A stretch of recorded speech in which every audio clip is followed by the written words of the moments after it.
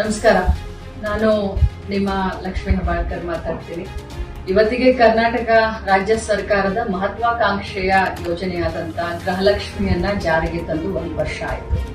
ಈ ಸಂದರ್ಭದಲ್ಲಿ ಕುಟುಂಬದ ಎಲ್ಲ ಯಜಮಾನಿಗಳಿಗೆ, ನನ್ನ ಗೃಹಲಕ್ಷ್ಮಿಗಳಿಗೆ ನಾನು ಹಾರ್ದಿಕ ಶುಭಾಶಯಗಳನ್ನ ಮತ್ತು ಅಭಿನಂದನೆಯನ್ನ ಸಲ್ಲಿಸ್ತೀನಿ. ಇಲ್ಲಿಯವರೆಗೆ ಗೃಹಲಕ್ಷ್ಮಿಯು ತಮ್ಮ ಜೀವನದಲ್ಲಿ ಏನೆಲ್ಲ ಬದಲಾವಣೆಯನ್ನ ಈ 1 ವರ್ಷದಲ್ಲಿ ತಂದಿದೆ, ಈ ಬದಲಾವಣೆಯನ್ನ ಬನ್ನಿ ನಮ್ಮೊಂದಿಗೆ ಹಂಚಿಕೊಳ್ಳಿ. ರೀಲ್ಸ್ ಮಾಡೋದ್ರ ಮುಖಾಂತರ ಯೂಟ್ಯೂಬ್ ನಲ್ಲಿ ಹಂಚಿಕೊಳ್ಳಿ.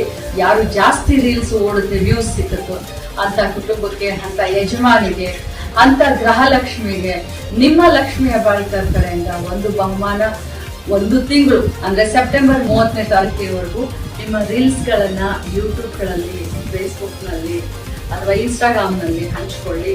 ಜಾಸ್ತಿ ವ್ಯೂ ಸಿಕ್ಕಂತ ರೀಲ್ಸ್ ಮಾಡಿದಂತವರಿಗೆ ನನ್ನ ಕಡೆಯಿಂದ ವೈಯಕ್ತಿಕವಾಗಿ ಒಂದು ಬಹುಮಾನವನ್ನ ಕೊಡ್ತೀನಿ. ಹರಿಯಪ್ ಮೊದಲ 50 ಜನರ ದಾರಿಯನ್ನ ನಾನು ಕಾಯ್ತಾ ಇರ್ತೀನಿ. ಖಂಡಿತವಾಗ್ಲೂ ತಾವೆಲ್ಲರೂ ಈ ಒಂದು ರೀಲ್ಸ್ ಮಾಡೋದ್ರ ಮುಖಾಂತರ ಈ ಒಂದು ಗೃಹಲಕ್ಷ್ಮಿ ಯೋಜನೆಯಿಂದ ತಮ್ಮ ಜೀವನದಲ್ಲಿ ಆದಂತ ಬದಲಾವಣೆಯನ್ನ ನಮ್ಮೆಲ್ಲ ಕರ್ನಾಟಕ ರಾಜ್ಯದ ಜನರ ಜೊತೆ ಹಂಚಿಕೊಳ್ಳಿ. ತಮ್ಮೆಲ್ಲರಿಗೂ ಶುಭಾಶಯಗಳು.